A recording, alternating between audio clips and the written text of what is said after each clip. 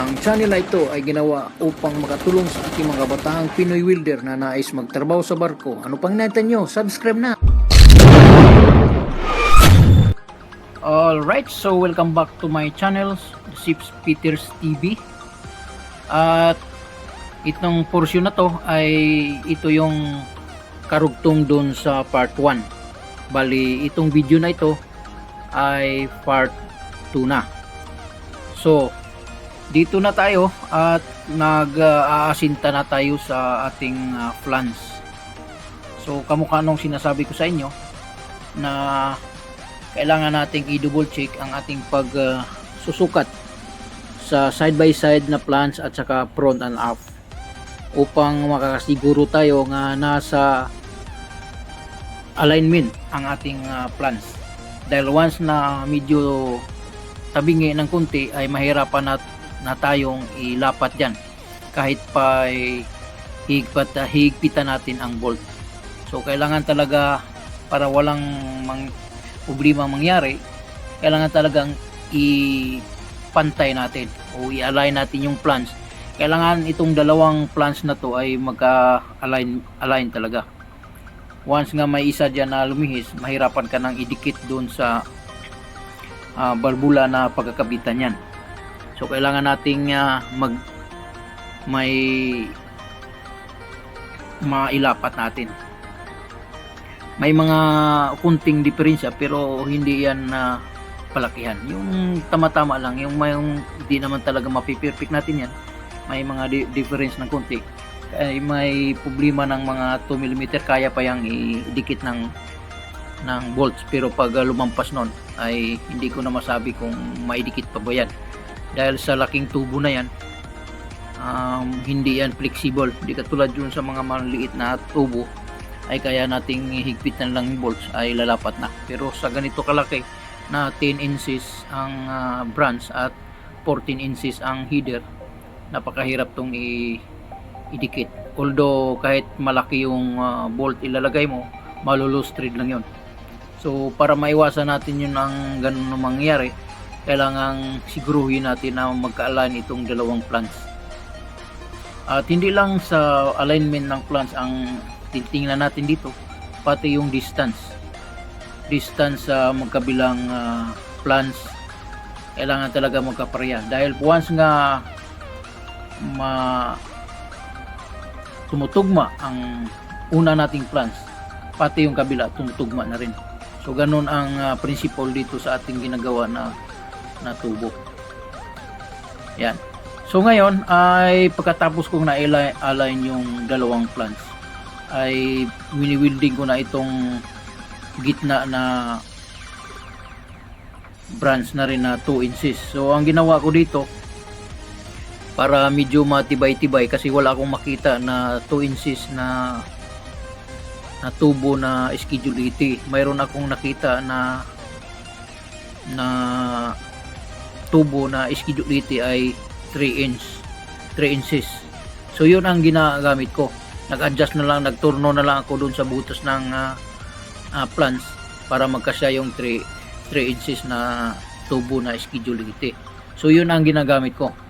So ito na, at nai-tack-weld ko na siya. At ngayon mag-uumpisa na ako pull weld dito upang matatapos na natin ang ating trabaho. So ito na, at mag-umpisa na ako mag-pull weld nito. Ayan. Inuuna ko muna itong maliit dahil may na to, naka-penetrate na ito. So ang penetration nito doon sa loob ng tubo ay nagpausli lang ko ng mga 10 mm. So hindi ko po muna wini-welding ang ilalim yan dahil hindi mo maabot. So ang mangyayari dyan, pag nahati ko na yan, dyan pa i-welding yung loob ng porsyon ng maliit na tubo na kinabit natin na 3 inches.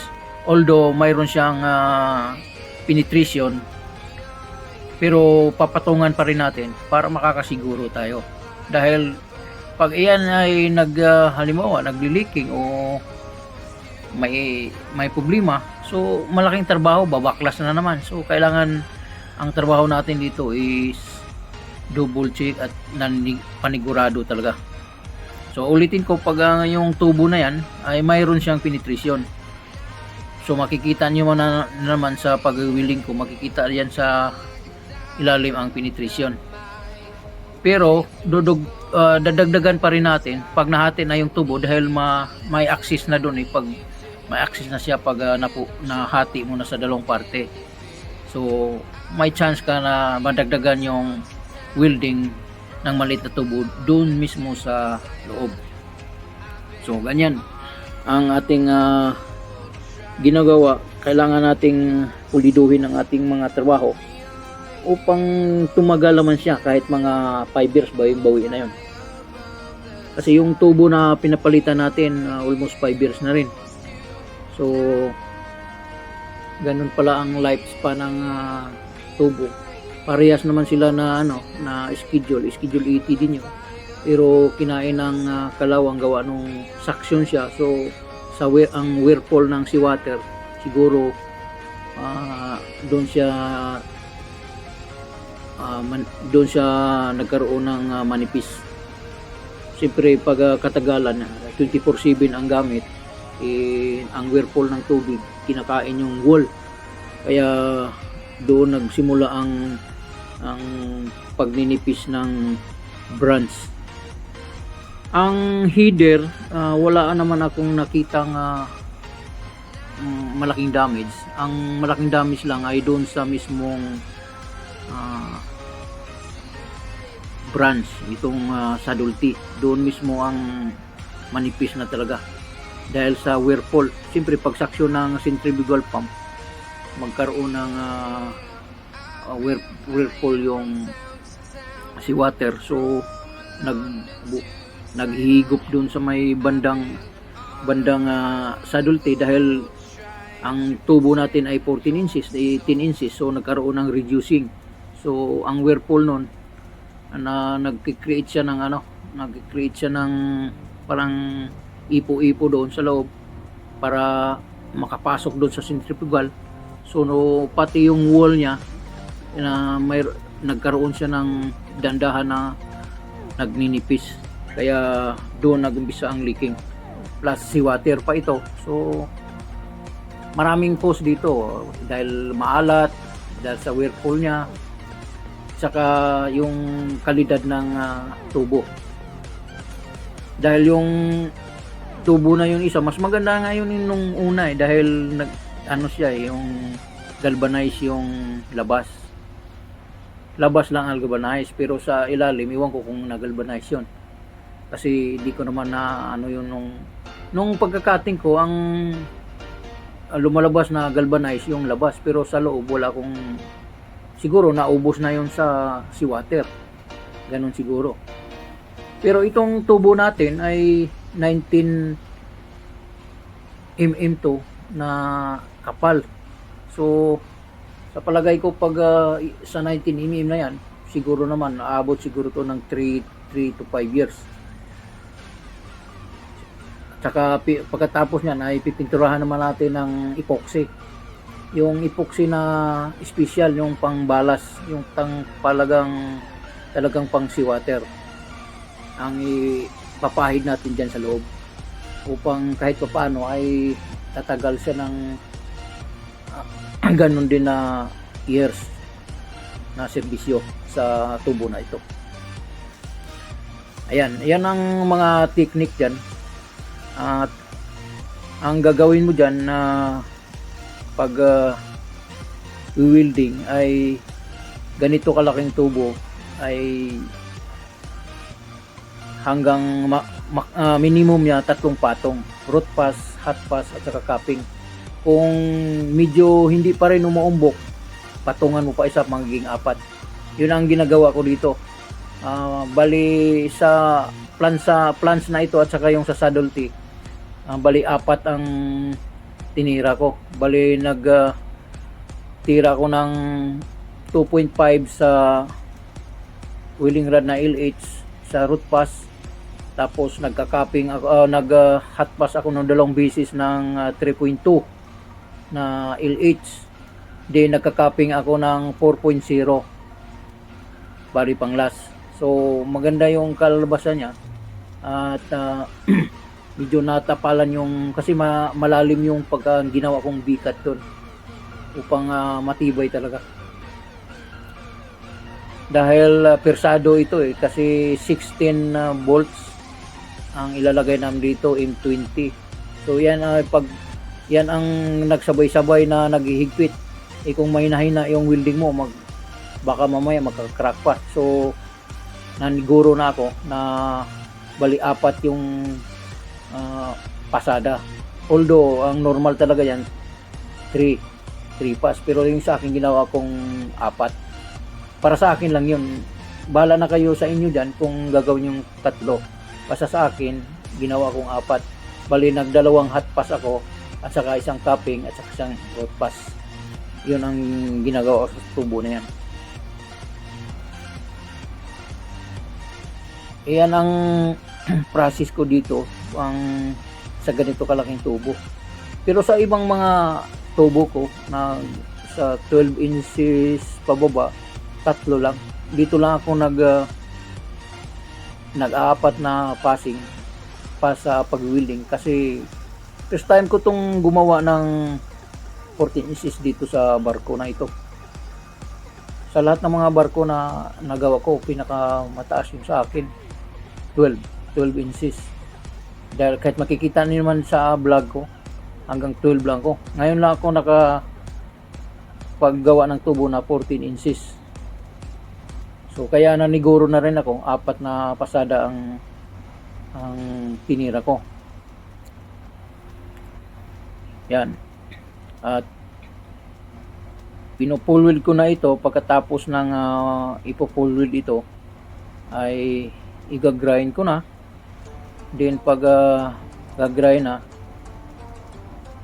ipapantay na natin